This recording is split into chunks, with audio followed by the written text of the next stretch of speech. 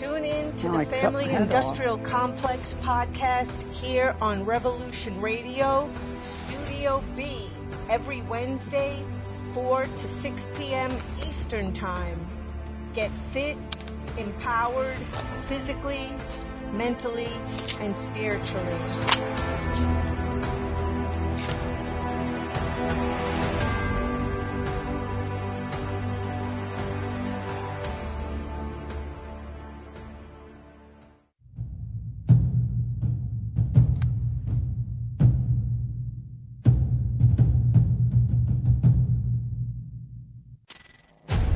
Life. What is real anymore? It's time to pull back the curtains of reality and explore life in the hologram. We've unlocked our library hidden deep within the matrix and are ready to take you on a tour of the cosmos. Come in as we discuss everything from spirituality, psychics, healers, ghosts, as well as UFOs, and the unknown. It's time to forget what you think you know and explore life in the hologram.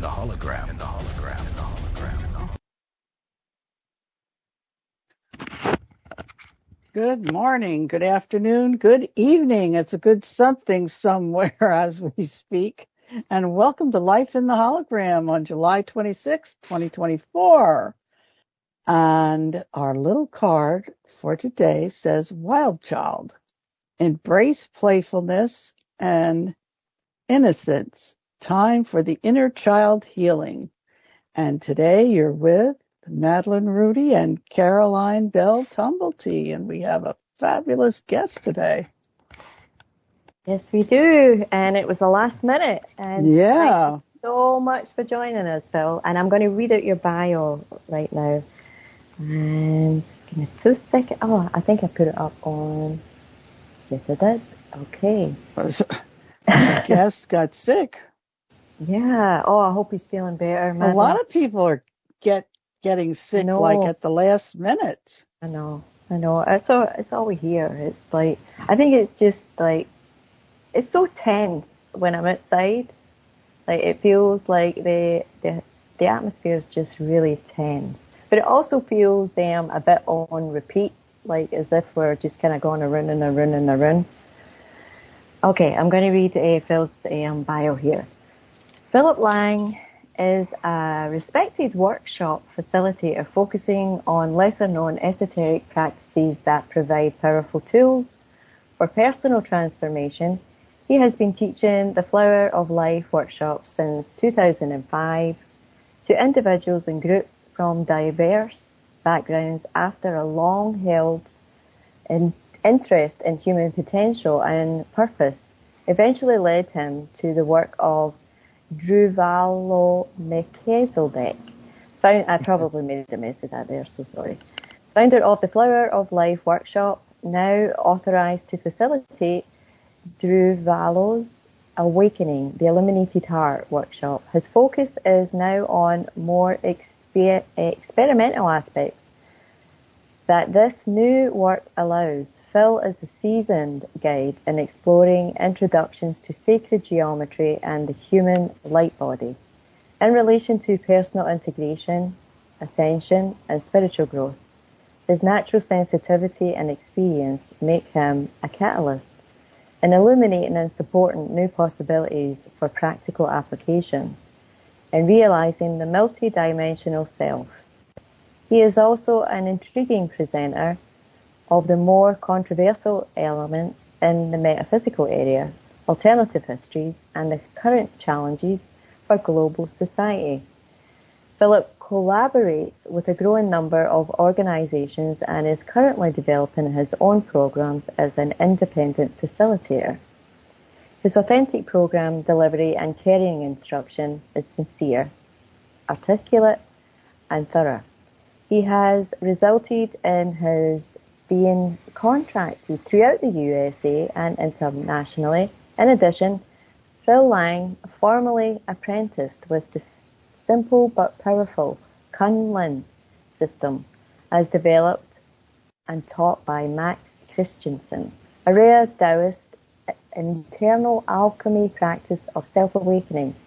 The regular practice of this formless form of Neigong likewise results in the transmutation of one's body and consciousness from matter into pure energy or light body.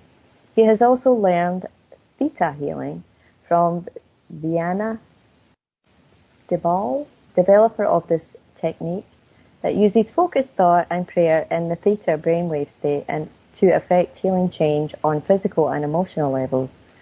Drawing on his own life experience, he began exploring the nature of reality, truth, and perception as it related to personal happiness and healing in 1987.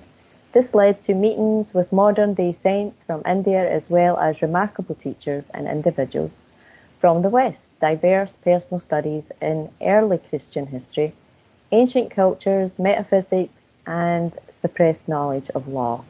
Science and religion helped to prepare him for his current role as a facilitator, providing a heart-based approach to affairs of the spirit. Phil Laing has a BA degree in finance from California State University, Fullerton. In addition, he has 14 years' experience in the fine art business as an art consultant and assistant director of a retail gallery. He currently lives in Southern California. His website is www.formlessandtrue.com, and you can also find him on Facebook, and that would be phil.lang79, and we will give you that information again later. And a big thank you and a warm welcome to Phil. Hi. Hi, ladies. Thanks for having me. Hi. Yeah. It's great to be with you again. Yes. What have you guys been up to? We're going to ask you the same thing. Yeah. SOS. SOS? Yeah. Mm-hmm. Well, let's see. What have I been doing? Well, I just got back from Mount Shasta after a week. Wow. Okay.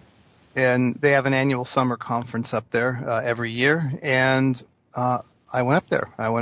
And was privileged to participate in a lot of different things up there that you won't really hear about, but they had a profound energetic significance for those that were called to do certain things up there. But it was also a conference where there were many speakers, and this one was a bit more of a contactee UFO type of event, where people were coming in to speak about their experiences, and they were pretty profound experiences that they've had throughout most of their life. Having been contacted by beings who claim to be from another world, another dimension, another planet. And so they were presenting their story, often with slides, some pretty interesting slides. They came from Peru, Canada, various places in the U.S., and they gave many workshops there. But it's an annual conference that they have every year, and it was very interesting, and yes, I did see craft. They didn't come and land, but they were flying around, and you could see them with the night vision binoculars. So, wow, it's a busy area up there. Mm-hmm. Wow, sounds interesting. Tell us more. Tell us more. Well, I was asked to drive some people up that were sound healers. They were requested to assist one of the participants in that conference, who is an Andromedan contactee from Peru. Some of your audience might know the name Marcela Velasco, but she has been contacted since, I think, childhood in the Andes. She's from very high up in the Andes Mountains by beings that are from Andromeda. And she was sent by them to go to Mount Shasta after she had conducted certain ceremonies in the Andes at particularly powerful points. And she was asked to bring that work and that energy that she had anchored there in her shamanic ceremonies and bring it to Mount Shasta, because that mountain needs help. It needs the support of the Andes. And so she went there specifically to basically do a ceremony to protect and help all the beings in this area of the world, not only to allow the spirit of Mount Shasta to anchor its purpose, but also to protect it against certain forces and to allow the smooth awakening of the planet, especially people who still don't understand what's going on or don't even care, that when they do start to care and are starting to wake up, they can do so in a way that they won't lose their sense of self and won't get lost within, because the world's not the way they think it is. So she wanted these sound healers who work with gong and crystal bowls to accompany her, because that vibration attracts their help. And for those who are participating, it helps facilitate the accessing to deeper places within, because you're in a frequency of pure tone and vibration that makes your brain relax enough to go into those deeper states, and it allows you to go into the heart much faster and much deeper. The work that she does can't be done just from the intellect by doing things on the outer. You have to go. The contact takes place from within, from the heart. So, ironically, you don't have to go out to a UFO hotspot and look up in the sky to make contact. You just have to have the intention and raise your frequency enough through your heart. And if they're meant to come through, they will show themselves to you. So you can be anywhere in the world, including your own house. So, so she's heart-based with that. But she had asked these sound healers. They're called Divine Resonance. They're having a website done, but they helped assist. Sorry, I have a noisy car right outside, and it's going to park next to me. Hopefully you can't hear it. But they asked those sound healers to come up. I drove them up from San Diego near the Mexican border up to Mount Shasta. They brought their gongs, they brought their dogs, they brought their son, and it was a good time. It was a powerful time, and not just for me. It was for many of the people that had attended the conference, because besides just attending the conference, which was the outer event, many people also were exposed to issues that they had within themselves that needed to be transmuted, and the mountain will do that. So if you were open to it and if you were sensitive, it was an opportunity for growth for many people to let go of things such as, trigger points, that sort of thing. It was especially a time for that for many people. And also, the day that we left, these big, what are they called? Lenticular clouds began to form around and on top of the peak of Mount Shasta. I don't have them on this computer, otherwise I'd share the screen and show them to you, but they just appeared. They just appeared and hung out all day, and some of them even formed out, a mile away from the mountain and just hung there all day. I saw the pictures of those. So it's also July up there. It's very green, wildflowers and streams and everything. Oh, must have been beautiful. It is, and I haven't been there I was trying to figure out when, but it could be close to 10 years. So it's good to go back. And I may be going back sooner than later. We'll see. Nice. Yeah. Very nice. Well, that's interesting. Yeah. Also, in 2 weeks on the Lionsgate portal, I have a workshop coming up. So I've been preparing for that for the past few months, trying to get word out. And it's going to go forward in about 2 weeks here in Southern California. Nice. So let people know, where's it at? How can they attend? Well, first of all, you should be within access of Southern California. And you also have to be interested in the work. As you read in the bio, I'm one of Drunvalo Melchizedek's teachers for his workshop that he developed called Awakening Illuminated Heart. And there's about 200, maybe more of us around the world who were trained to teach this work. And it's essentially about learning to go within the heart in a particular way that allows you to transcend polarity consciousness and begin to craft through dreams and imagery and feeling your own reality as opposed to egoic mind, logic, and reason. Where humanity is going as an evolutionary tracked is to a place where we're going to be a heart-based race of people, not mind-based as we are now. Mm-hmm. So the workshop is primarily to give people the trainings and the subtlety of energies and learning to create and live through the feeling self rather than the thinking self. And along the way, we help facilitate that ease, that transition by activating certain aspects of the psychic anatomy that have long been forgotten for a lot of people, except in certain societies and in indigenous communities that have never lost touch with that. So with a combination of science that we have now on the brain and other instruments, as well as I'll call them downloads that Drunvalo got from higher levels of life, we've been able to actually create changes in consciousness that would take yogis in a cave 40, 50 years to do, because they didn't have the technology to figure out what to do once it was all trial and error for them.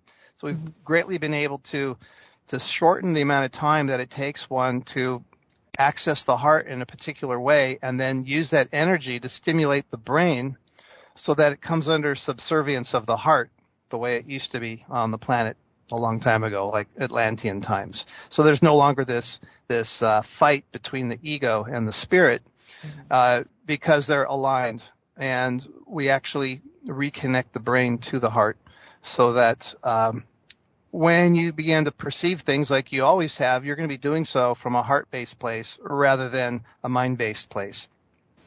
So we do things like reactivate your pineal beams. You have 8 beams of light that come out of your pineal chakra. And most people, they're undeveloped, but we reestablish them in the workshop because it allows a great increase in intuition. And it helps and is necessary to help recreate the human halo. You know, you see those old artistic paintings in the museums with the halos, the circles around the saints and the angels, but that's an actual phenomena that can be visually seen. It's been proven in the lab. And so under certain states of consciousness, when you have these other aspects within connected, it just happens. And you already know this information deep inside because as a species and also as the soul that is currently incarnated in these bodies, we once knew that. So it's only been really kind of forgotten. It's not really a learning, this workshop. It's more of a remembering. And so we put you in a place of remembering through a series of fun experiential workshops that each day builds upon the next.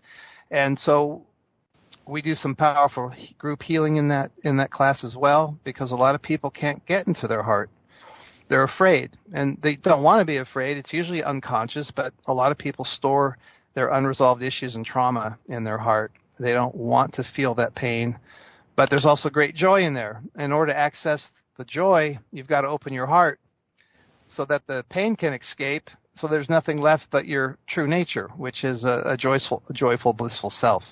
And when you're in that state, you aren't aware anymore of right or wrong, good or bad, or judgment. Everything just is, and everything is beautiful.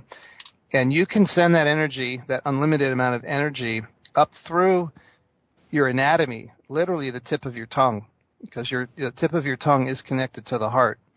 And with that energy being sent up to the tip of your tongue, you can put your tongue on the roof of the mouth, and that will directly stimulate areas around the third ventricle of the brain, where all your super potentials are located, all your paranormal abilities, your psychic potentials.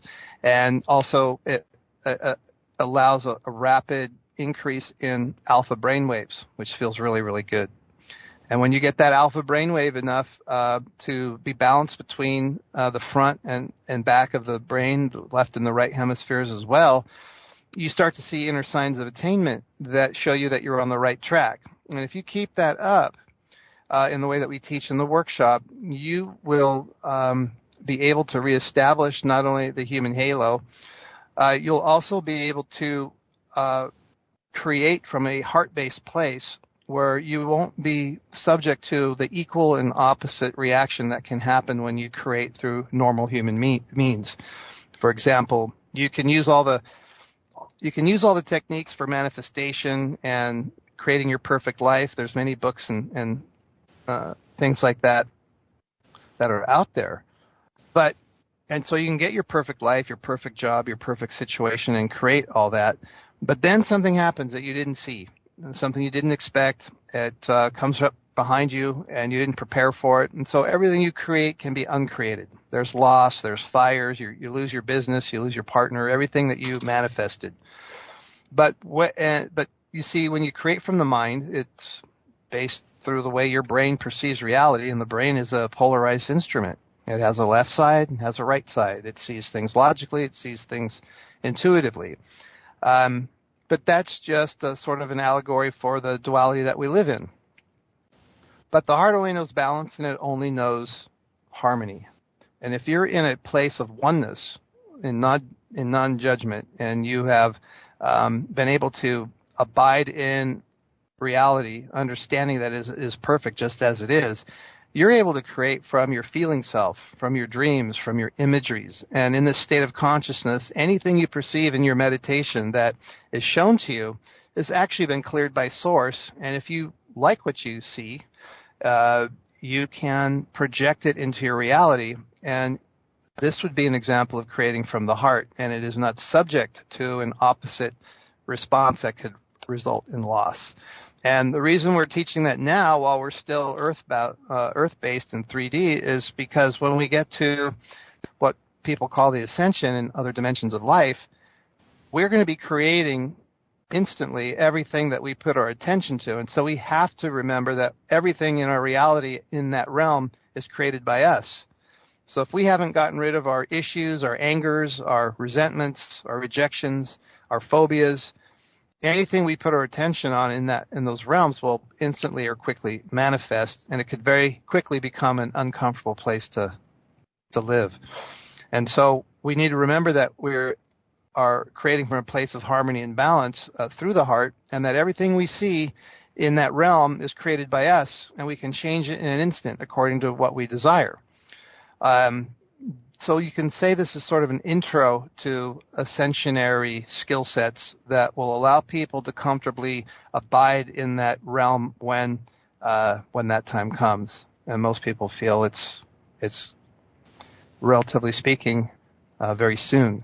Mm-hmm. On top of that, we finished the workshop by reestablishing the Merkaba in a new way, not the old way that we used to teach that was intentionally done by the mind with a 17-breath meditation. But once you're in the state of consciousness, you can use your intention, and your light body, your Merkaba, will simply activate because you willed it so. And the nice thing is, you only have to do it once properly, and your Merkaba will be permanent for the rest of your life. In the old way we used to do, you'd have to do it every 48 hours, the meditation, for 2 years until it would become permanent. But matter's accelerating, human consciousness is accelerating. There's a better male-female balance on the planet right now. Even if you feel it's off now, you should have seen it 20 years ago or 30 years ago. It's gotten to a point where higher levels of life now want people to emphasize heart-based living first, and all the brain candy of sacred geometry and Merkaba and the mechanics and sciences of metaphysics secondarily. If you're not emotionally, spiritually mature, you still have the tendency to misuse such power. And we're in a time where we have to either make friends with our ego or have it join the party and learn how to behave. And so this is what a lot of people around the world are dealing with right now, because this quickening is giving people a shorter leash upon which to learn their lessons. They come up very quickly now. Mm-hmm. And if you're not ready to be open, honest, and willing to look at your own shadow, imagine how difficult it would be if we started to raise in frequency and you're still holding on to that. Or as someone I once knew said, where we're going, no baggage is allowed. So this is the realm in which to transmute that, resolve it, express it out of our system, and just let it go. And so a lot of the workshop is experiential. We make it fun, but it allows people to become comfortable with the skill sets that we're going to be needing on a regular basis as humanity goes forward. And unfortunately, most of Western culture for the past, take your pick, hundreds, thousands of years, is very mental based. It's very right and wrong based. It's made us very logical and very male. And what we need is balance, because we have both in us, the intuitive and the logical, the male and the female. So that's the workshop in a nutshell. It was developed by Drunvalo. He says it's a culmination of 40, 50 years of his work, and he's distilled the essence of what to do in about a 5-day workshop. We teach it in 4 days, but we don't leave anything out. We just keep shorter breaks, shorter lunches, and it keeps the expense down. So that's happening July 8th, 9th, 10th, and 11th. That's a Thursday through a Sunday. It's going to be in Laguna Woods, California, which is in southern Orange County, a few miles from the ocean. It's about 20 minutes from John Wayne Airport, which is in Newport Beach, Santa Ana area of Orange County. So it's close by airports. If people want to fly in, they can go to my website. All the information is there. As of yesterday, I had enough people to go forward with it. So I could take a few more people, but I do have to order certain things to arrive in time for each person who actually shows up. So if people are interested... What's the date again? You said July. Did you mean August? Oh, did I say July? Yeah, you said July. Oh, yeah. Thanks for catching that. I meant to say August. August 8th, 9, 10, and 11. August. That's 2 weeks from yesterday. And all the information's on my website, formlessandtrue.com. My email and telephone number's there too, so if people, want questions answered, they can call me or contact me. But I do need to know a final head count really soon, because there's things I need to order so that they arrive in time for everyone who's actually going to show up. It's not something you can drop in on and just show up. I need to know in advance for several reasons, and that's why we had a registration deadline yesterday to see if there was going to be enough of a group. There is, so I can make some leeway, and if people just have to have it, then this is the place to go.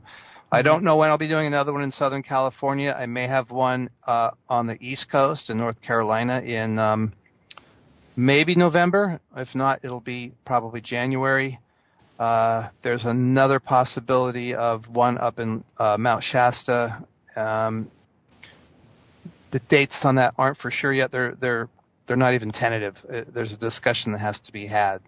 Other than that, I'm also open to travel to do workshops, which is usually how these occur. Mm-hmm. People will say, would you come to this country or this state? And I'll get a group together for you. And if I get enough people, would you come? And the answer is yes. That's usually how that happens for me. Because I don't have a network in, say, the Midwest or in Canada, in Vancouver, but someone else does. And they contact their people, and then it's a go. We set a date a few months out so people have time to get off work. And because we're in that time, it's time to remember who we are, and people are going to need skill sets to do that don't overtake their life, because we're still busy doing the 3D stuff of pay the bills, drive to work, take care of the kids. And also the work's not for everybody. Not everyone is meant to ascend in this way, and it's not an important part of their spiritual practice. But for those who it is, they're drawn to this work, and they'll feel it within. Most of the people who come to the workshop literally are called to do so, even if they don't even know what the workshop is about. They trust their guidance or their guides, or they get an overwhelming feeling that this is for me. Or they want answers. Someone called me the other day, and they're getting spontaneous geometries in their meditation. And she knows her consciousness is tied to it, but she thought, I'm going crazy. Why am I getting this? Who cares? I hate math. Well, they're just shapes. They're just geometries, but they're the building blocks of creation. And when she saw those same shapes in a flyer that I had, I went to the website, my own website. She's like, I have to know what this is. She calls me, we have a conversation, and she realizes she's not crazy. She's just waking up, and she doesn't really know what the workshop is about other than what I've just told you, and a couple things I sent her, and she's going. So that's a lot of how workshops for me happen, and my colleagues. It's not something you drag your spouse to, because if you're not attending for the right reasons, you're kind of wasting your time. But if you're going because you feel called to go, and you know that where humanity is going is a necessary evolutionary transition that we need to make, this workshop has the ability to transform, and that's why I do the work. Absolutely. Mm-hmm. Yeah. So that's what I've been up to. Wow. Well, was it a big crowd when you went to Mount Shasta? Like, was it a big group, or was it like? It was. I didn't go last year. The year before, it was held in a city park, so there was a lot more crowds. They could park. It was easily accessible. This time it was held at a private campground out in nature, which made it very beautiful. I mean, there were wildflowers and streams and everything everywhere. But it was about 8 miles out of town, and it was a smaller. I heard that there was 120 participants. I think it was more than that. But I think looking back, those who were there were meant to be there. And so I don't have an exact head count. It seemed more than 120. But as conferences go, that's pretty small. And from what people told me who were there last year, it was smaller than the year before. And I think that just had to do with the location of the venue. Yeah. Oh, it sounded interesting, especially with the bowl people. Well, they I almost me. bought some. I like those bowls. Yes. Well, the gong player is a professional musician. He was in a very well-known progressive rock band back in the 90s. As he got older, he quit that scene and he became a sound engineer. But everything changed when he had his own contact experience, and it completely opened his heart and changed his life. Even to this day, as recently as last night, because I saw them with my own eyes, these ships stopped by their house. Now, when you see a white light going across the sky nice and slow, and you connect with it with your intention, and you say, why don't you glow brighter? Why don't you power up?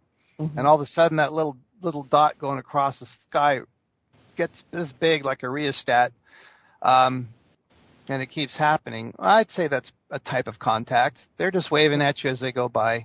But he had his own contact experience, and because he's very attenuated or attuned to sound, he uses that sound as a sort of a carrier to take you deeper within. And when you're deeper within and you're out of your mind and you're more in your heart, it's much easier for these beings, these what we would call ETs, to connect with you if they so choose. So if you're intending to have contact, you've got to be in your heart. This is a language they understand. And most people think they're in the heart when they're feeling soft and squishy, but they're actually in their right brain. Wait, where's my right? It's over here. That's their right brain. But we're talking about being in the heart in a different way, one that transcends the idea of time and right and wrong, good and evil. It's a form of it just is. And the isness is just perfect as it is, and all is perfect. If you can be in that place, but also in a sense of timeless joy and bliss, which he is able to attain, and anyone can with training. Even heart math teaches you how to do that. It's a human birthright. They just don't emphasize it in schools, and they should. They don't emphasize it in society, and that's why we have wars and strife and domestic violence, and no one gets along. But when you're in a heart space, you love everybody, including yourself. And we've been taught to hate ourselves and hate anyone who's different and thinks different from us, and that won't get us anywhere. Where humanity's going, we have to leave that stuff behind, because the rest of the galaxy has done that a long time ago, and they're waiting for us to get caught up. So I'm not typically in the whole UFO community and contact and ET stuff, but I was this past week. And it's not new to me. It just hasn't been an emphasis. But what was interesting to me is that those who had the most successful and longest experiences with beings who come from other realms that are spacefaring all said the same thing. You got to go into the heart. You can't judge. You have to know how to get into that aspect of yourself. And in my opinion, and we teach this in the workshop, the human heart is the last uncorrupted part of humanity on the planet. Everything else has been corrupted, co-opted, propagandized. But if you can just learn to go into your heart, that is the remaining connection right back to source. And that will never lead us astray. And it's a skill set that everyone should know and be able to teach to their kids and teach it in the schools and make it a reflective of value in a civilized society. And we don't have that right now, but it's forerunners like, all of our teachers that we had and their teachers and all of us now on this call, people are listening. We're starting to change that narrative. We're starting to change the tide so that this new way of being can be reestablished on Earth the way it was before the fall, what they call the fall of Atlantis. So it's a long time coming. We get another chance to get it right this time. Mm-hmm. And now we have the choice as free will individuals to develop that part of ourselves in time to take advantage of something that some say has never happened in human history before, this transition. So people in the next few years, they might find that everything they ever believed was a half-truth or a lie, and they're going to feel adrift at sea with no rudder or sail, and they won't know who they are anymore. How are you going to reestablish in such a person who feels lost a connection to everything that is so that they feel grounded again and realize they were never lost? They just were following a propaganda path that they had grown into their whole lives, because all of Western society has been steered this way for eons of time, and it's all starting to crack if you're open to it and you still utilize your discernment and critical thought. You can't always be over in the non-analytical part of the self. We were given a mind for a reason. It comes back to balance, and so we need to have both operating right now, because there's a war going on for control of our minds and the people and their allegiances on the planet right now. Mm-hmm. And I don't like that. I like being sovereign. I like thinking sovereign. I like making up my own mind based on truth and not going to a TV set or a talking head that tells me how it is. We have to develop that part of ourselves. And that's kind of what we also do in the workshop that we'll be teaching that we just talked about. So it's really about how to graduate from 3D human consciousness to 4 and 5D human consciousness, because that's where everything is headed. Well, that's what it sounded like. Your class is like a heart-based class, and to get into those spaces. It is, and there's a lot of people, there's a lot of healing that happens in this workshop, because when you can finally let go and be around like-minded people who are supportive and not judging you, and you can start sharing who you are, who you always have been, or some of the experiences that you've had, and you realize you're not alone, and you put yourself first in the class, and let your work and your life go away for 4 days. And just concentrate on you. I take you there.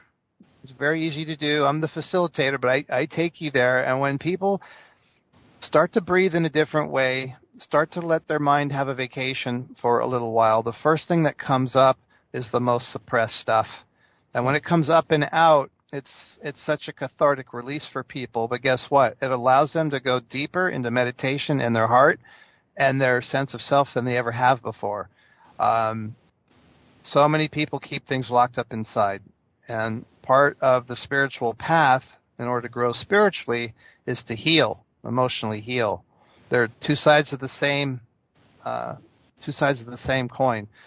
You can't have spiritual growth without healing, and if you find yourself suddenly healed, you probably got some spiritual awareness and insight out of it you didn't have before.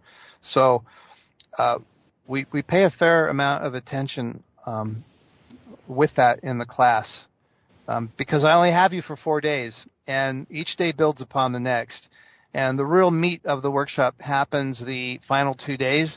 But to give you the best chance of having a heart-based experience in the class, we spend the first 2 days prepping you. And then you go home and practice. We give you the tools. It's up to the person what they do with it from there. But you want to live your art. You don't want to be an asshole 23 hours a day and then sit and be an angel for an hour doing your meditation. You want to live your art and make your world a better place because you're emanating peace and harmony and love and wisdom and balance instead of stress, competition, greed, anger, wanting to get even, jealousy, all those things. We're transitioning away from that. And to get it out of our system for good, you have to heal from it because something happened, and we're humans. This is the toughest schoolyard in the universe, and we're here. But we've paid the price. We use the workshop to get you out of it. Well, Drunvalo's been around for a long time. Long time. Yeah. And he's still around, still busy. Mm-hmm. He's writing books, and they'll be out hopefully by the beginning of next year. And then he'll start doing some interviews. And there's some exciting things in the works that I can't really say yet because they're not solidified, but they're working behind the scenes. So if people thought what happened to Drunvalo, no, he's been around, and he hasn't forgotten about anything. But he's probably slower paced now. He's approaching 90. Wow. But he's just as childlike as he always has been, and so and as enthusiastic as ever. So he's still around because we're here, and he trained us, and so we're sharing the work because it allows us to reach more people than just he could. Mm-hmm. We're young enough that we can travel and do this. It's hard traveling nowadays. Yeah.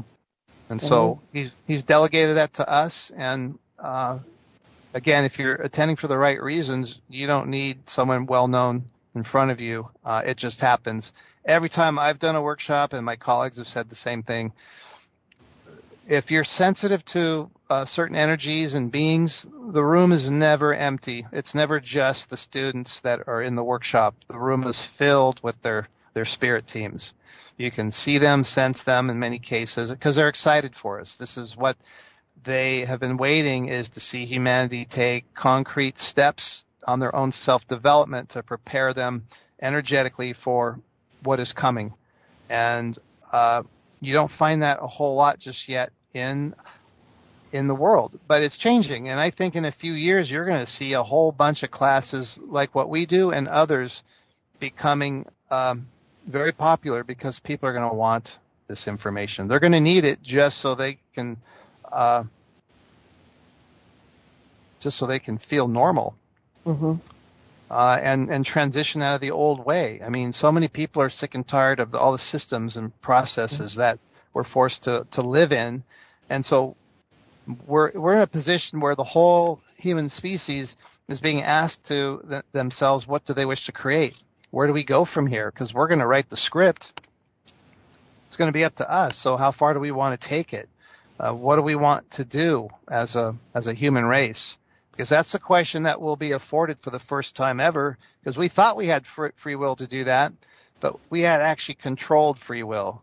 Mm-hmm. And when you take the box of self-limitation down, the sky's the limit, and it's kind of at first it's kind of like allowing a bird to leave the birdcage for the first time in its life.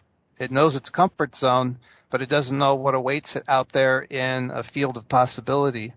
And this is where our heart comes back in, because we're not alone. We have guidance, and we have our higher selves that knew this time would come anyway, because we are multidimensional beings.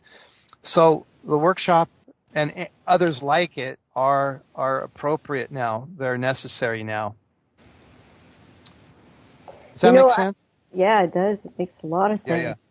I think, I don't know about you, Madeline, but I had been waiting for like a shift to happen for a long time. I thought it would have happened earlier. You know? I think you're muted, Madeline. But I did. I thought it would, like, it's almost like, I think you had even said that, Madeline. It's like you're waiting and waiting. Yeah. Waiting. Yeah, it's like, it's good to hear that these workshops are happening. You know, I do think that there is people who are waking up, they're alone, lost, and they need the connection. They need the connection with others. They need the connection with their heart. And yeah, I see it all the time. I see people very divided, you know, but I also see happy people. Like, it's not all doom and gloom. Yeah, It's a choice, but some of us have been hardwired to be cynical and sarcastic because we're fed up, and it feels good. It's semi-cathartic, but it also keeps you at a lower vibratory. What's the word I'm looking for? If you're not vibing high enough, some of these subtle practices that are transcendent in nature simply can't happen because there's not the necessary combination of elements that would allow that to happen. And when you're dealing with a society that, you know, keeps you running on the hamster wheel, there's not a lot of time left, and you're tired, and if you get behind in your bills, and there's just so much that keeps people in a lower vibratory rate. It really is it is a choice, yes. On the other hand, it's a difficult life we're living, isn't it? And so we have to make room for joy, bliss, and choose to be happy. I met someone up there while I was in Shasta, and this person was always joyful and happy. She told me it's a choice I make every morning when I wake up. And I know there's more to her story. I think she's went through some pretty difficult times in her past that some people would just give up and become just an ornery old lady. This person was skipping like an 8-year-old. Her whole career was about helping others feel that same way, despite what life throws at them. And this is kind of what she's a way shower, because if she can do it with what she's been through, so can others. Because a lot of us are just, you know, same old, but we don't see the value in being in our true nature, which is eternally blissful and happy. That if you strip all the falsehoods about what you think you are away until there's nothing left of you except your pure essence, we are pure joy. And so if we're not being that way, we have to start the process to choose to heal, to choose to look at our shadow and start to learn skill sets that transmute it, either by going to see somebody or learn to do it yourself. That's one reason I got into theta healing. And other things as well, because we have to do it. Otherwise, certain steps in consciousness can't happen. Yeah. Anyway, I don't know what that has to do with the shift that you said you thought would happen already. I think there's been several mini shifts in awareness that affect people at certain times. And so instead of everyone waking up at once from one event, you get a solar flare here, you get a political event there, and people wake up in different ways. Spiritually, in a 3D, you know, from the Matrix, there's different kinds of aha moments where the light bulb goes off that's appropriate for them, and then they talk to their friends, and their light bulbs go off, and then people are talking around the water cooler at work, and they run across a show like this, and they're starting to get new confirmations that they maybe didn't get a year ago or 5 years ago.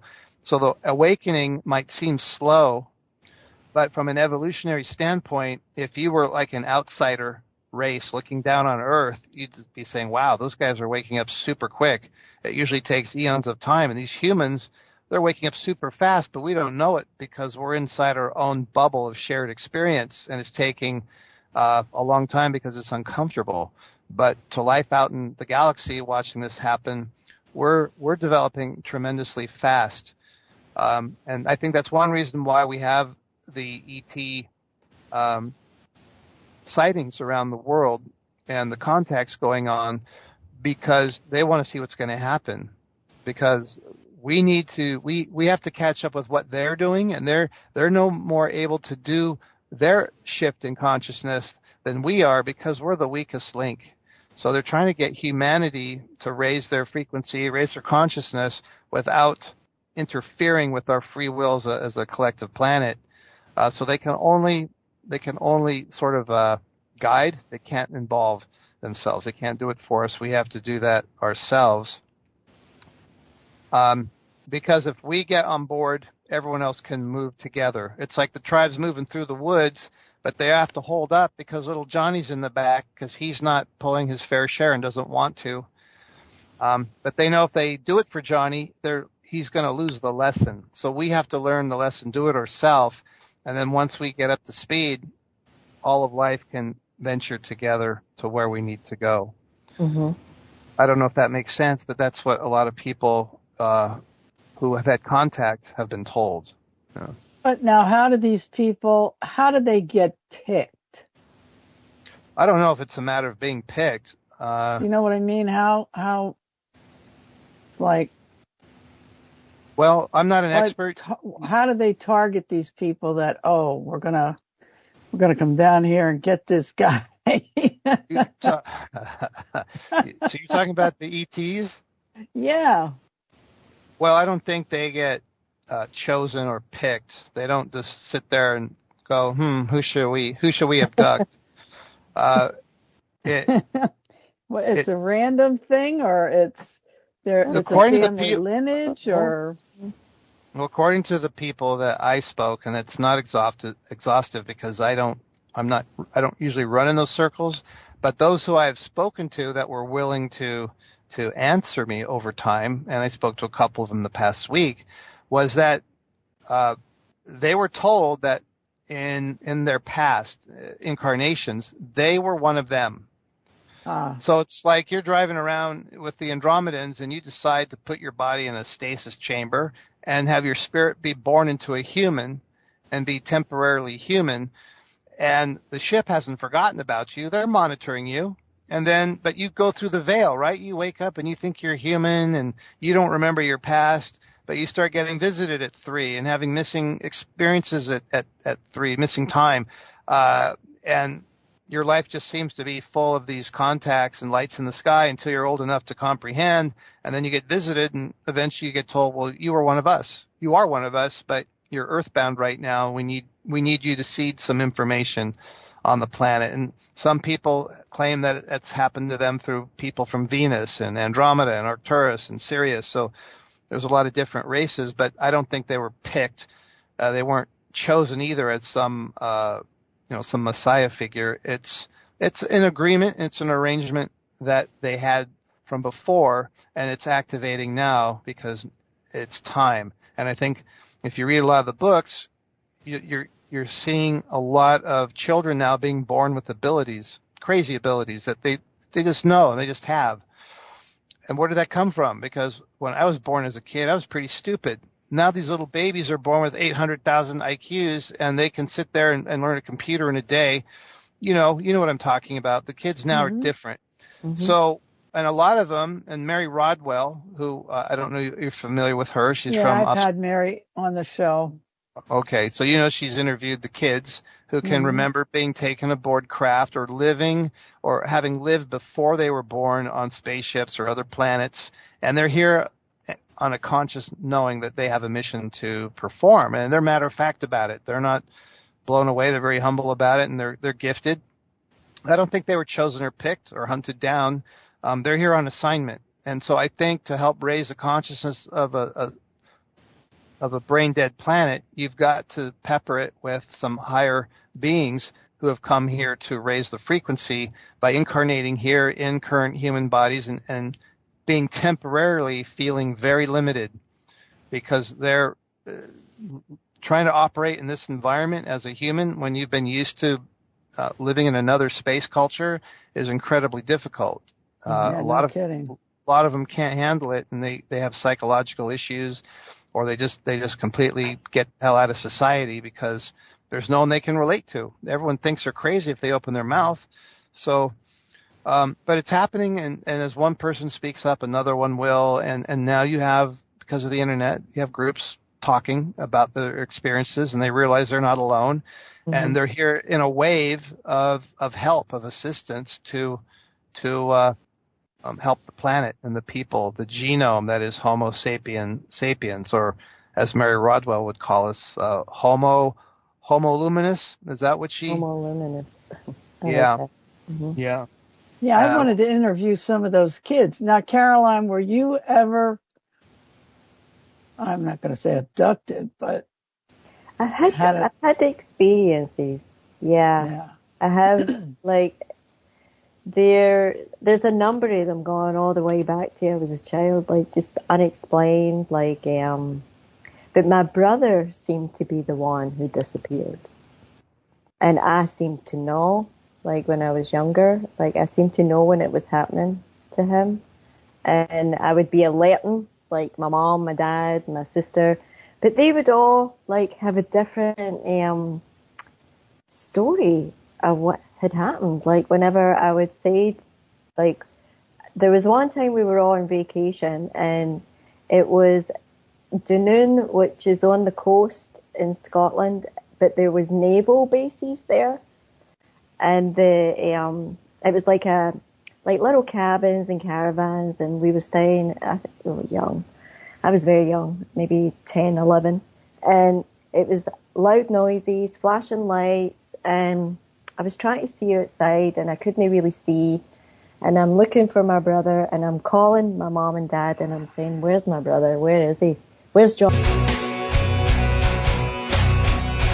All right. Thanks for listening while we take that short break here at Revolution Radio, freedomslips.com. And now we're going to get back to your host.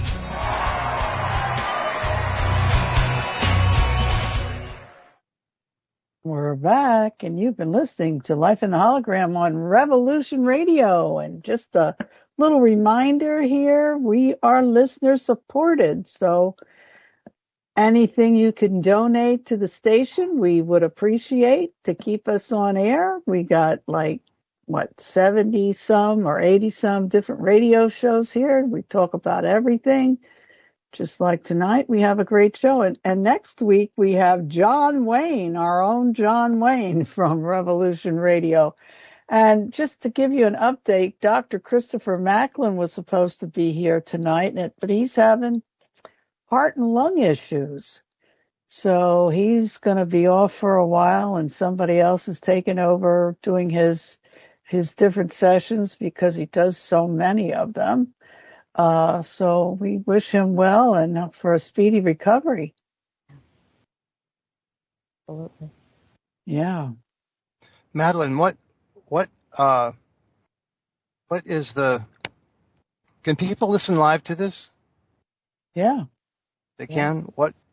I'm getting They can a text. go on to, I personally think, I don't know about you, they go to Revolution Radio. Studio B? Studio A. Studio A. Okay. But it's easy to go to TalkStream and scroll down to Revolution Radio Studio A. Is TalkStream a video? I mean, a website? Yeah. An app. Yeah, like an app. Or they can just go to the revolution.radio website. And it's right there on the first page, Studio A, and they just hit live. Okay. Someone's begging me to give them revolutionradio.com, is it? No, just revolution.radio. Oh, okay. Yeah, na.com. na.com. Yeah, Studio A. Or, like I said, go on to download the TalkStream app, TalkStream Live. And it's Life in the Hologram? Mm-hmm. Yes, it is. If they hit the live button in Studio A, they'll come right here. Okay, good enough. Also, someone very important is going to watch me. Yes. Oh, very cool. Oh, good. Very, very cool. We're also recording it, and at the end, I send it to Madeline, and we send it to Rumble and YouTube. So it will be up, and maybe Madeline can pass it to you, so you'll have the link.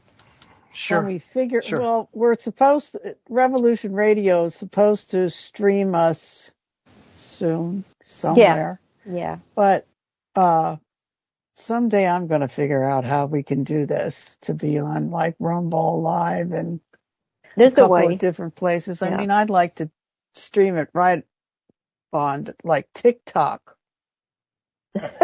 Or the tick and the talk. The tick and the talk. I've been learning about the reels for Instagram and TikTok. You know, I've been learning all about like all that. So, yeah, we're going to get there. You'll get there, Madeline. You definitely will. Now, Phil, tell us about, you went into the EES system machine. Yeah, I did. I'm not an expert on it. I should be, because it's really cool. But I met an owner of one of the systems. Yeah, and they're opening all over the world. You buy the equipment, you rent a space, and you're good to go. And Dr. Sandra Rose Michael, who developed the technology, has wanted to do that as part of her mission work. And near me, there is a woman who opened up a studio about a year ago. And it was, at the time, it was the largest number of panels in the United States that could be had. I think it was 48 panels. Because of the nature of the technology, the more panels you use, the stronger the field effect. And so the longer you can expose yourself to a stronger field, the quicker your cells can go into natural alignment and the body's own intelligence can self-heal. So for the 1-year anniversary of this center called 5D Wellness in Brea, California, Dr. Sandra Rose Michael came and did a celebration. She'd been a year in business. She came and lectured. A lot of people were so grateful. They were tearfully giving her testimonials. She was tearing. But everyone who attended got a complimentary session, and of course I took mine as well. And what does it feel like? Well, nothing. You just feel very relaxed, and you're going to fall asleep. You're in a field. You take a nap. You take a nap. Well, they actually want you to. I thought, I'll be sitting there, I'll be scrolling on my phone, I'll be reading a book. And no, she said, healing takes place much faster when you're asleep. Mm-hmm. And she's right, because your mind's out of the way. So I just laid back for my 2-hour session, and when it was over, she tapped me gently on the feet and said, well, what'd you think? I says, wow, it's very relaxing. I can't imagine that 2 hours has gone by already. And she goes, it hasn't. You've been here for 4 hours. I go, I only paid for 2 hours. And she says, look at the clock. And 4 hours had passed, and she just didn't want to wake me. And so you have these kinds of feelings when you're there. Now, most of the people, unlike me, they were truly ill. These are chronic illness. These are cancer people with mysterious pains the doctor can't do anything with, and they're at their wits' end. Why not sit in a field of influence that is scalar, that is tuned to allow the body's own cellular structure to operate optimally? So it's cumulative. The more time you spend in that field, the better it works. The more times you go, the more consistent you are, the better. So it's better to do that than to go, a day here, a day there. And so they're finding that overnight sessions are even more powerful, because now you're in the field for 8 hours without a break. So this center allows overnights. You crash in a nice luxurious leather chair that reclines, and put an eye mask on and a blanket, and spend the night. So that's probably the most efficient way in terms of wanting to heal. And all these centers have made an agreement not to charge over a certain amount of money despite the popularity, so that people can afford it. And, there is a substantial cost for the operators who got involved in this, but they have agreed to charge, I think it's $60 an hour, no more than that. And so they're popping up all over the world. And if you look at the science behind it, it's sound. no pun intended, but everything is frequency, light, and vibration, right? And when you subject your biological form to an all-pervasive field of scalar influence that is using the phi ratio, among other things, you're dealing with the divine there, the divine ratio, the divine proportion, and a lot of the healing that takes place is simply because those ratios are already embedded in the human system. So, but we don't get access to it all the time. So you put yourself in a field like this, aches and pains go away. People said their vision improved. Neuropathy went away because the body now has the optimum wind at its back to self-heal. It's not fighting upstream against a current of negativity and chemicals. So it puts you into a good state. So you're more free to feel positive about yourself instead of, damn it, I'm in pain again.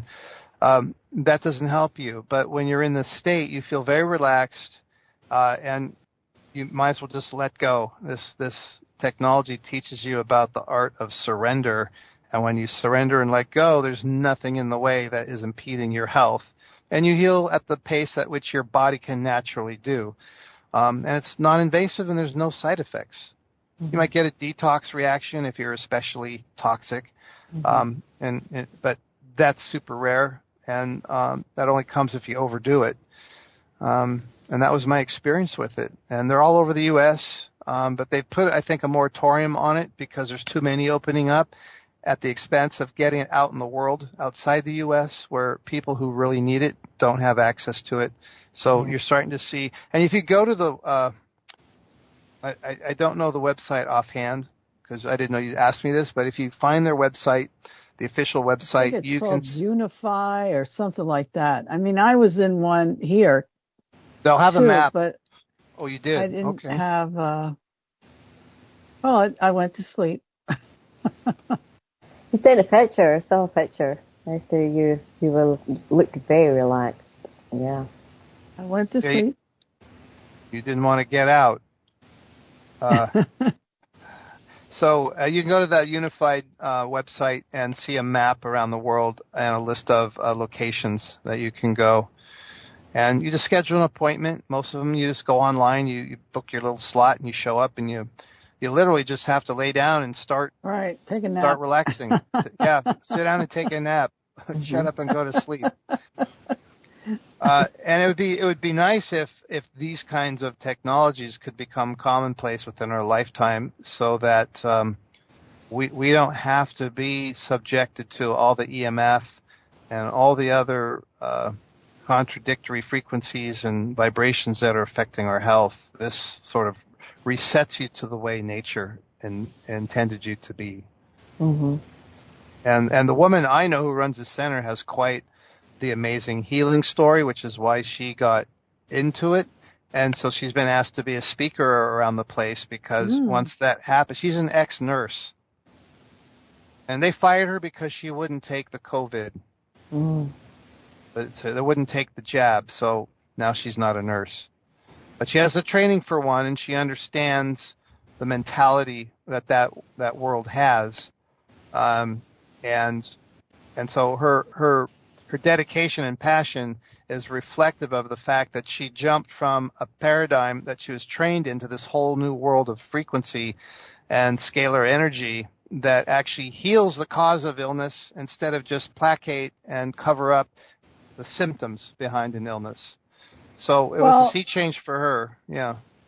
When I started massage years and years ago, there were a lot of nurses that transitioned into massage. A lot. Yeah. And I think a lot of nurses, too, transition into Reiki.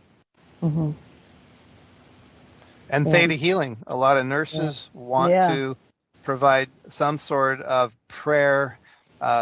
prayer-based, focused thought, intentional healing, because the doctors isn't going to deliver it, and they're the ones having to tend the patient, and their compassion takes over, but they're limited in what they can do. But you can certainly pray on someone's behalf. You can give energy on someone's behalf. We're quantum beings. We can apply healing with intent if our spirit is pure and it doesn't violate someone's free will. You can just your field of caring can be the difference between someone who gets out of the hospital in 2 weeks instead of a month, let alone get better. And a lot of nurses are frustrated, and they're looking for non-invasive, very subtle ways that they can provide nurturing and compassion to a customer and not get fired. Yeah. Well, actually, when I had an operation, my friend who is, she's my Reiki teacher, Karen Lance, she came to the hospital with me and Reiki'd me before I went in for the operation. And then after, when I came out, and they actually had a Reiki person that was at the hospital. But I felt my own. Some hospitals now, I understand, that are more, progressive or are funded differently. They're allowing more what they call complementary modalities to be practiced in conjunction with the doctor. Like what harm can Reiki do? What harm can acupuncture do, or chiropractic? A lot of doctors still hate chiropractors. I didn't realize that. They start frothing at the mouth. They hate chiropractors. But gonna hate the acupuncturist more. Probably, yeah. But there are some hospitals that are more open to complementary modalities. Some aren't. But again, it's all changing because people wouldn't be investigating things like massage, acupuncture, hypnosis, workshops if the medical system was actually helping humanity. It's a joke, and the biggest joke in the world of modern healthcare is the United States. And so people are forced to look outside. Necessity is the mother of invention. Is that the saying? And so people are looking outside the box because if they stay in it, they're going to shorten their lifespan, go broke, and possibly get killed from hospital protocols. Just look at the Remdesivir and ventilator fiasco. And even the shot itself. The shot itself, So people looking at their own ways to take control of their own healthcare decisions, especially those that I think utilize and allow the body to incorporate their own inherent healing capacity. And all the things that I do and that you guys have been trained in allow that. So the EE system, for example, you're just sitting there in a field, but the body knows what to do once it's been given the energy it needs. It just knows what to do. It already has that innate intelligence, so it heals itself. If you do theta healing, like what I practice, and you help someone get in touch with unresolved issues and emotions that they haven't been dealing with, and they're ready to actually let them go or allow divine assistance to help them let it go, now that burden is out of the body's way and the body has a better chance at healing itself, or simply allowing the God source energy to come in and facilitate the healing because it made us, right? All these ways that just are organic instead of forcing an issue, covering up an issue, and dealing with symptoms. You go to the cause, which is smart. The Eastern traditions got that down thousands of years ago. Absolutely. And here they covered it up. Yeah. So, and so technology has its place, but I still think the human being is the greatest quantum healer, quantum computer, quantum apparatus that was ever made, because we are a spark of the divine. And we're all in the process of coming to that level of realization of our innate capacities that have simply been suppressed from our knowing. And as people find out how great we really are, this is one of the reasons why I think there's so much activity on planet Earth from other space cultures, because they know that this is our inherent birthright. And they're watching us grow into ourselves after the end of suppression, which is exciting. I don't need to grow into myself. Pick me up and get me out of here. All right. Abort the mission for me. I don't care about the rest of you. If you want to stay, have at it. Well, that's why we have free will. Yeah. I'm ready to go. Yeah. You know, what is the cause of self-sabotage?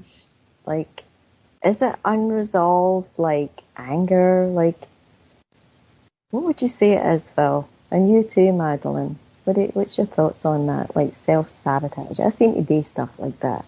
Me too. Yeah, I do it. I did it a lot. I seem to have revved up on it. And I watched my father do it my whole life. Yeah. He'd be up here and then he'd crash and burn. Yeah. Yeah. Me too. I'd go up here, wow, crash and burn. Yeah. I don't know. Are we afraid of success? I don't know. It depends who you talk to. There's lots of theories about that, but a lot of people who have acted on their theories have had success. Different modalities. Theta healing is one of them. Hypnosis is another. There's a lot. I can't speak for all of them because I'm not trained in them, but they all come down to root causes, and for a lot of people, that is, it's all in the unconscious. It's unconscious trauma at the mental, emotional, and spiritual levels, but it's beneath our awareness. So you crash and burn over and over, like you saw your dad, because he wasn't aware. Mm-hmm. But if he was told, hey, this all started once you had this incident happen over and over in your 7th or 8th year when you were a child, and your brain took it this way because it was trying to survive something it didn't understand, and you're still playing that loop because it was necessary for you to do at 8 years old, but now you're an adult. In the back of your mind, you're thinking, I'll never be any good, so as soon as you get to a certain level of goodness, you make a fall. Burn. Yeah, a crash and burn. And so as long as you're unaware of it, you can't fix it. And just becoming aware of it doesn't fix it, because then you've got to remove that tendency from your energy field. And that's where the different modalities come in. And we're many layers thick. We're very ancient beings that are just right now human, but you're bringing things forth from your past history, from your genetics, your ancestors. That's all embedded in the DNA too. And also everything that you've learned or thought you've learned since you were conceived, all the programming that you got from conception up till the present moment. And so all those things factor into causes that can create self-sabotage, or a whole host of other things that we keep manifesting that we don't want, like a crummy partner that abuses us. And that might be just as simple as you grew up watching your parents argue all the time, and they'd kiss and make up. But in the meantime, they were insulting each other and hitting each other, and you grow up loving your parents, but you also grow up when you become of age, you get attracted to somebody, and you think love equals abuse, because that's what you saw your parents that you loved do. They abused each other, and then they'd kiss and make up. So you find an abusive partner because that's the model that you were shown, and it's not healthy. It doesn't feel good. And that's just one example, but there's myriad in the human realm of these kinds of examples that make us manifest things in our life that we don't wish. And that's part of the spiritual refinement process, is learning what those things are and letting it go through consciousness. And theta healing, like a lot of other modalities, makes you conscious of it. So you can choose in your free will to either say, screw it, I'm out of here, beam me up like you, Madeline, or you can sit there and say, I want to evolve myself the most I can before I cross over, so I can look my maker in the eye and say, I never gave up. I evolved myself as much as I could, because I dusted myself off again for the millionth time, and on the millionth and first time, I mastered it. I finally got it. I learned the lesson. So the lesson has to be realized. We can't be told the answer because it hasn't sunk in. But when we make it real in our experience, then we see that it's an actual truth that we've experienced. Then the lesson is realized, and the tendency to repeat dysfunctional patterns and manifestations doesn't need to occur any longer, because we're not a vibrational match for it. We're a vibrational match for something else, something better, that then starts to happen. And you see that in workshops all the time, whether they're Tony Robbins workshops or this workshop or that workshop. when you do the work that's being facilitated and you change the way you look at things, as Wayne Dyer used to say, the things you look at change because you're looking at it from a different perspective, and ultimately we are the creator of the world that we find ourselves operating in. So the beginning of reality change out there starts within ourselves from our choice on how to look at it, from what perspective. And these modalities help people make those choices clearer so we can see the patterns of our own dysfunction. I don't know if that makes sense, but I'm speaking off the cuff as to where sabotage comes from. Well, what is theta healing? I mean, I've heard of it, but how does it, what's the program of it?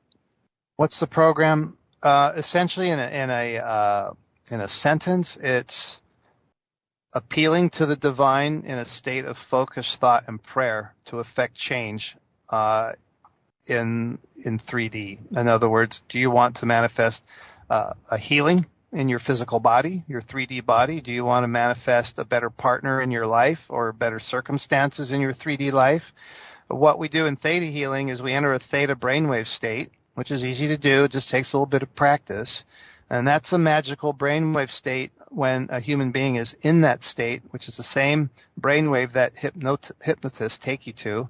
Mm-hmm. A lot of things that you desire to manifest and have happen can occur when your brain is firing off in theta than it is in normal beta consciousness, which is what we are in right now. In theta, magic can happen. And so when you place yourself in a theta brainwave state as a practitioner and you connect with God, Source, the Almighty, Mother Nature, whatever your name for the higher power is, it doesn't matter. It will still work. But you have to have a sincere belief in the existence of a higher power that's greater than you. That's all we're connecting to. And when we connect to it in a theta brainwave state, and we direct that creative force, that consciousness, to heal self or others, our only job is to trust that higher power will do the work. So we don't involve our own energy. Our job as a theta practitioner is only to witness the creator do the work. Okay, so you don't drain. You don't use your own life force energy. Right. God's is the unlimited energy, and it created everything that is, and we go to that rather than an angel or an archangel or a crystal or an ancestor, because the highest perspective is the one that created everything of all. So maybe its perspective is the highest and best for the client, and could see things even an angel cannot. So we just simply go to the creator in a theta brainwave state and say, Creator, it's commanded that the neuropathy in this client's feet and legs dissipate now. Thank you. It is done. It is done. It is done. You close your eyes and you watch the creative power go into that person's body.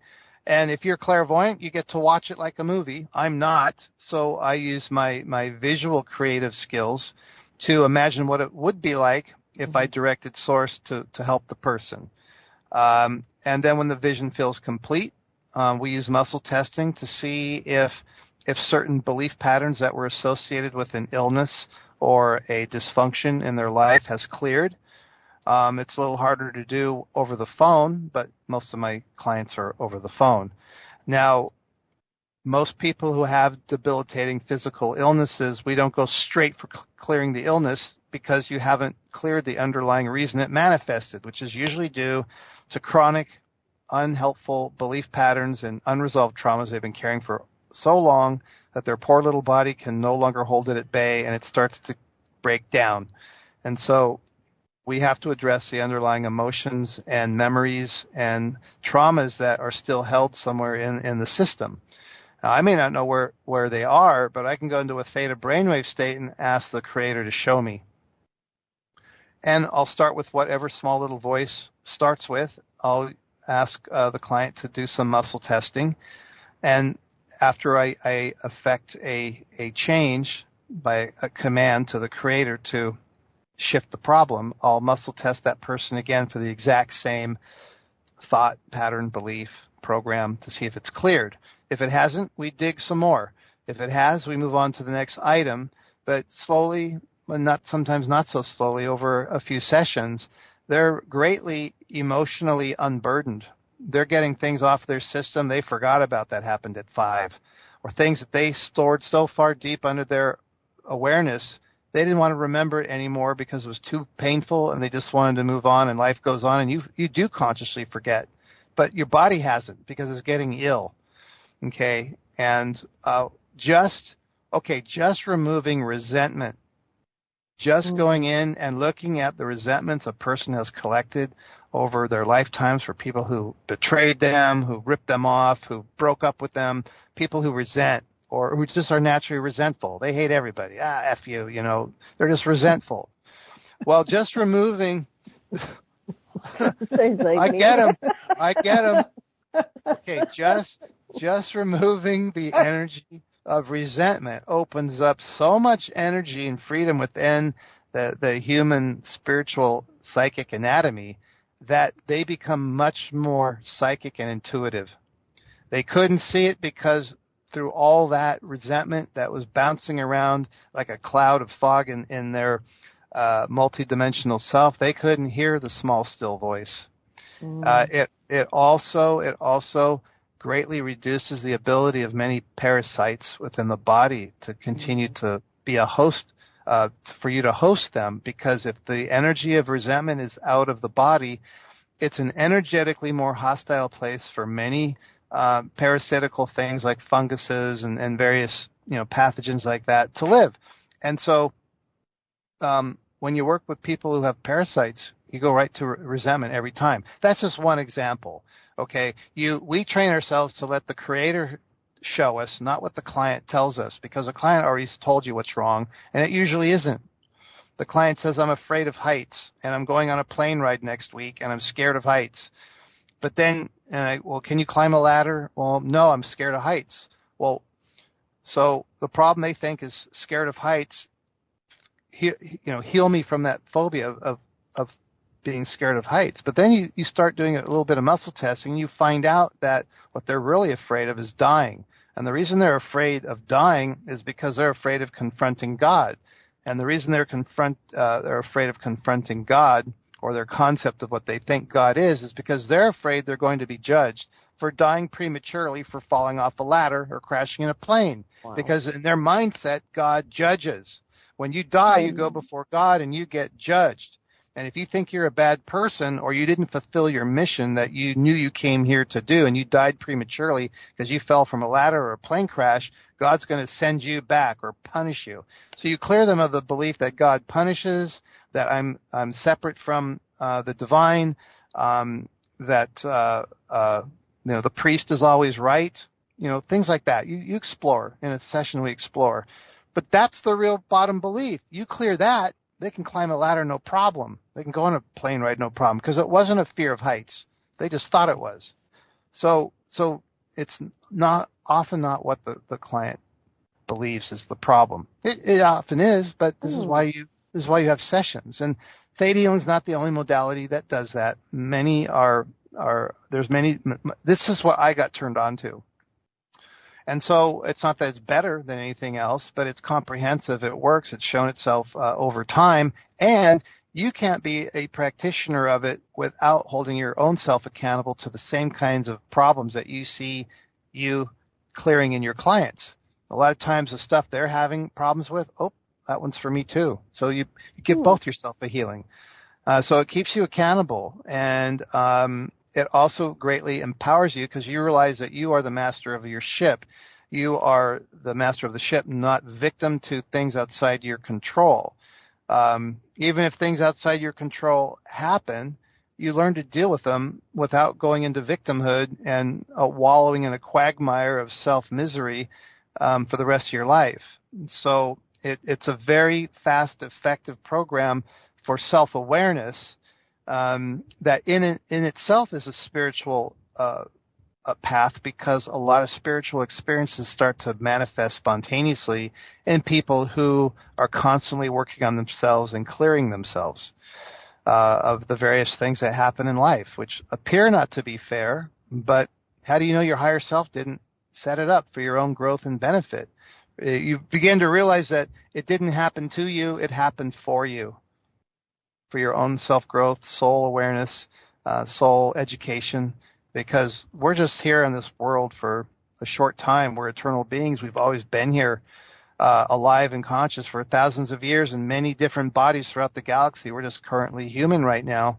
But right now, this reality, as a hologram as it is, appears to be true, and it's affecting us, and it's affecting our consciousness and our ability to reconnect with spirit, which is our true home and is a part of the divine matrix that made us. Theta healing is just one of those modalities that bypasses the non-performing medical paradigm and allows a person to organically heal by using the power of the same force that made everything that is. That's theta healing in a nutshell. Well, it's kind of like Reiki. Well, it uses Only the same. use the symbols. Yeah. To each his own. Some people like Reiki. I was trained in Reiki. I don't often get asked to use it, but when I do, people feel stuff. But I don't consider it Reiki anymore because I don't do this. It's just energy. Mm-hmm. I put my hands on there and I say, Creator, you know what to do. Let my hands be the instrument and let it go in the person's body where it needs to go. And then I just go off and play in my mind until the ringer goes off and say, your session's done. Mm-hmm. But well, when I first started to do massage, everybody would say, oh my God, your hands are like they're on fire. Mm-hmm. So, the healing energy was coming through for those people before I even did anything. Yeah, like learned Reiki or natural conduit. Yeah. Yeah. But, they would, 3 people would come, because I worked a part-time, they come in with a pain in the, I got a pain in my neck. Yeah, well, they left with no pain in the neck, but guess who took the pain in the neck home? You did. I did. Until I learned how to shut it down. Yeah, create a shield. Because they don't teach you that, when you're learning massage. They don't teach that. When I taught massage, I taught that straight away. Yeah. Well, I think they've changed that now. Most of my people that I know who do massage do some form of an energy break, so they don't take it on. Mm-hmm. And also some people shouldn't be doing Reiki or massage because the client takes on all of their garbage. So you have to be careful who you choose. Mm-hmm. Especially sensitive people, they take it on, like animals. Animals take on their humans' issues all the time. They can't help being empaths, but they don't know how to discharge it. And humans can, so we can get out of the illness that may come from taking on the client's energy. But I think they teach it more common now in massage school, so that massage therapists don't go around sick all the time taking on their clients' This was stuff. years ago when I joined the National Massage Association. There was only 25,000 massage therapists. Now there's how many? Hundreds of thousands? Mm-hmm. Yeah. Yeah. We're all evolving, and so that's holistic healing, and that's theta healing as an example. But that's what I got turned on to by my first mentor in around 2001 or 2. I didn't take the class. It sounds interesting. It does. Mm-hmm. Yeah. It's sort of like science of the mind, too. Mary Baker Eddy started with that stuff, and, they were what prayer she was doing, that it's, like you envision the body healed and whole. Yeah, like Catherine Ponder and some of the early pioneers in what they called New Thought. Mm-hmm. You are what you think. And so this is just a discipline of that, and it's a bit more. Theta healing works for a lot of people who like structure in the beginning, so they know how to approach each and every human type of condition. But eventually, once you understand understand this, you can heal at the speed of intention, simply because the Creator knows what to do, and you're not going to doubt it, and you sit back in that theta state and just allow the magic to happen. Ultimately, it becomes very formless. But for people who don't know how to heal and think there's a way, theta healing provides, at least in the beginning, a structure that covers the basis of all the metaphysical fundamentals in a very approachable way, so you don't have to feel like you're a weirdo New Ager just to learn something that is a God-given birthright, which is the ability to heal. You know, you don't even need a technique to heal. What you need in yourself to heal is love, unconditional love. If you don't and can't cultivate unconditional love when you're healing in a healing situation with a client, you're just practicing a dry technique. And a dry technique of itself, that's not the healing energy. It's not the technique. It's the love. That's what heals, because love is the fabric that makes up all of creation. So I often tell students when I'm teaching the theta, I am a theta healing instructor. Okay, I teach the workshop as well. But there's a video that was out several years ago. I don't know if you guys saw it, but I think the woman was from Australia, and she had gone to the hospital to give birth. It was time to go to the hospital and have her baby. And she's in the middle of the delivery, and during the delivery process, somehow that umbilical cord got stuck around the baby's neck, and it was born stillborn. And it was born dead after a perfect pregnancy. So the nurses, they put the dead baby in the grieving mother's arm. They didn't know what to do. They give her a few minutes to say goodbye, and they come to take the baby. Well, the mommy didn't want to do that. So what did the nurses do? Oh, God, what would I do in that situation? They gave her more time, and they came back later, and nope, I want to be with my baby. What are you going to do? It's the last time the mommy's ever going to be with her dead baby. And they left. And they checked back once in a while. But that whole time, that mother was cradling that baby with the umbilical cord still attached, and was gently rocking that baby, and she spoke to that baby with that baby right next to her heart and her heartbeat. If I get verklempt, it's just because this is moving. She went into a place of gratitude and unconditional love for that baby, and she told that baby how her husband and her had painted a room just for that baby, had built a crib together, had designed all the interior and the toys that were there for her. And we just want you to know that we thank you for choosing us to be your parents. You were so welcomed and loved, and we want to thank you. She was in gratitude, not in victimhood, and she just loved that baby. 2 hours later, the blue baby began to cough, and the color came back into that baby after it had been pronounced dead and was cold. She loved that baby back to life through no technique at all other than unconditional love, such as a mother would have for her baby.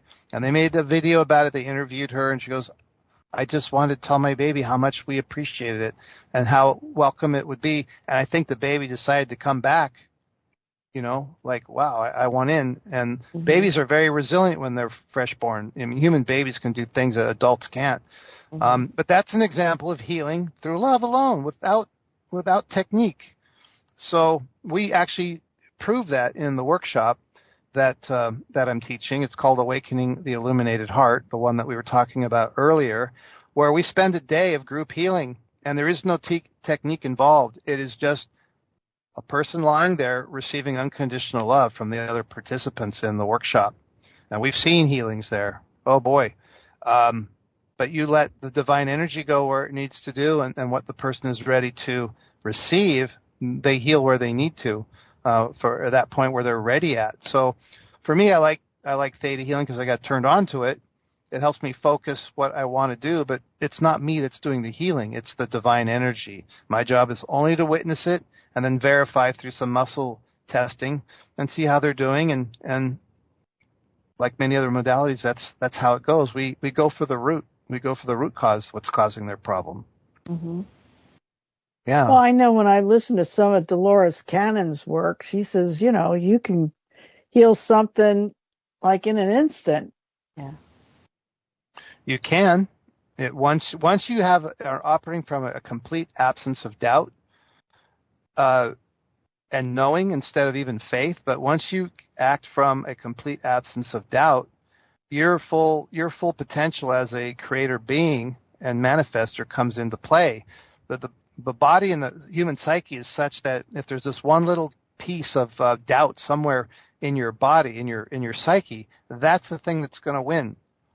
So they tell the story of Jesus walking with, who was it? Who walked on water with Jesus? Was it Peter? Who walked on the water? He walked alone. I thought he was a lone walker. He coaxed one of the apostles off the boat to walk with him, and for a moment there, he was walking with Jesus on the water, and then he went into a moment of disbelief, like, what am I doing? I'm actually walking on water like Jesus, and that in that moment of he went doubt, into the water. He went into the water. So the doubt is what prevents things from happening. So it's kind of counterintuitive, but if you can just know that the God energy force has your back and it loves us, then you can, start with baby steps. Talk to a plant that's dying and watch it come back.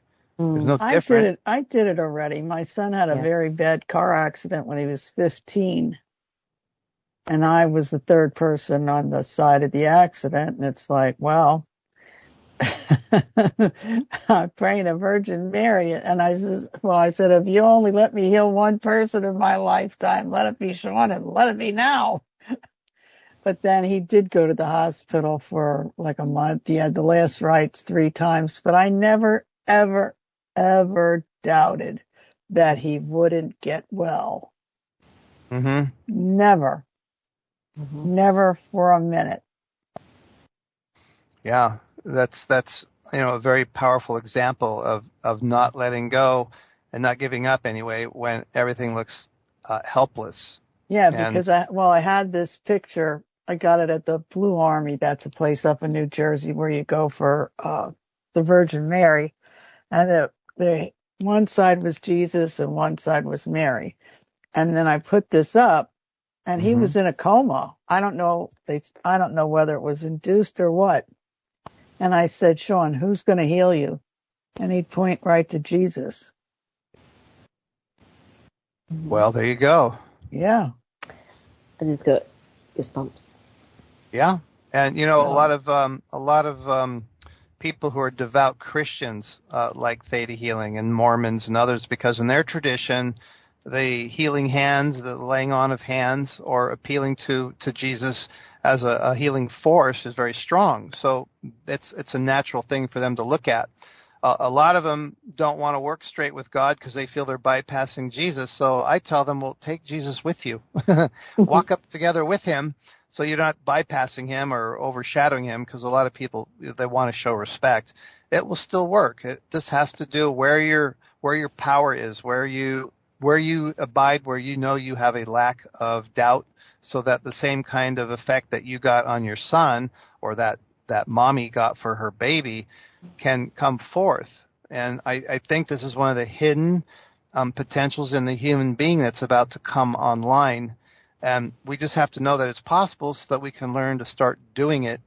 And that doesn't include just healing, but collectively shaping the world that we wish it to be after all this bullshit's over with. And that's I also would repeat to him, Sean, you take Jesus' hand and let him lead you right through this. Your body, mind, and spirit are healed. You just take his hand and let him lead you right through this. And I'd repeat that over and over and over again. They thought I was nuts. No, I think it was beautiful. Yeah. Because the nurse one day says, well, how do you know that he's going to be healed? I said, I know he's going to be healed. Mm-hmm. It's like, I have no doubt. I said, is that right, Sean? And he goes like this. I said, see, I told you. That's beautiful. Yeah. And also, when you're in the hospital bed like that, you need to be surrounded by people who exude confidence and knowing that things are going to get better, even though it took him a long time in the hospital and probably some rehab to get better. Yeah. He went on to live a normal life. Well, he went back to school and joined his regular grade, because this happened at Easter time. So he was in the hospital from, like, that year. It was in April. He was in the hospital like April, May, June, July. He was in the hospital for like a month, 2 months and spent a month at the rehab. And he was back in school by the next term. But he went back to school and joined his grade. Wasn't that they kept him back? Wow. Yeah. Yeah. Healing is a trip, especially if you come from and I didn't even have the background that I had. I mean, This was just... I mean, after he came back, I gave some promises. Look, if you heal my child, I'll do this. So I tried to figure out what it was. And then I went to a shiatsu class. And I did the class and I said, this is what I'm supposed to do. So that's how my career in alternative medicine started. Yeah. And so a lot of people who have a background in science and medicine, they find a lot of this hard to believe because it bypasses everything that they've been trained and told is the truth. And so you have this disconnect from large, members of society and the people who depend on their teaching, but you end up living and operating within the box of that teaching, and you don't investigate anything outside of what they say is true or effective, not realizing there's a whole other world. And you're starting to see more and more people, like you mentioned earlier, that were trained in nursing but went into Reiki or went into quantum touch or other forms of healing. Hypnosis, massage. Right. Yeah, because they found it more nurturing, more effective, and it actually cares about the person. When I was taking care of my mom through her dementia, and I was taking her to the doctors all the time, she gets 15 minutes with a doctor who never even looks at her, doesn't even examine her. She's typing into a computer screen and says, well, maintain your medication. Let me know if anything changes. Have a nice day. Looks at me. Nice to meet you. And she's out the door. And then we go. And because of that, they never saw that cancer was growing inside of her, and it was lung cancer that killed her. And for all the years I was taking her to the hospital, they could have at least examined her, for a physical and saying, hey, you got nodules on your lungs. But nope, it was stage 4, and they gave her 6 weeks.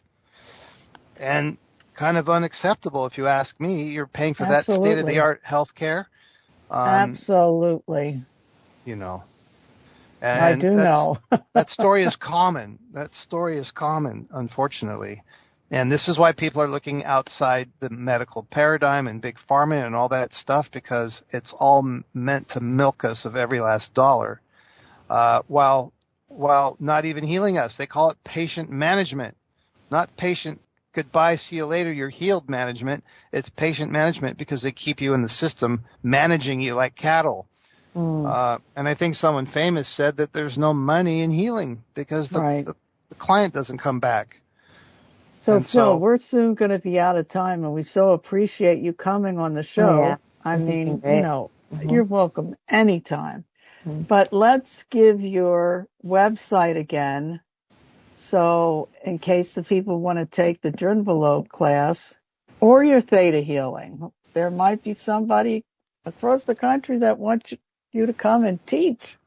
Yeah, that happens all the time. I don't have any theta healing classes planned right now, but the phone could ring tomorrow and say, I got a group here in St. Louis or Seattle, whatever, or around here. I'm currently in Southern California at the moment.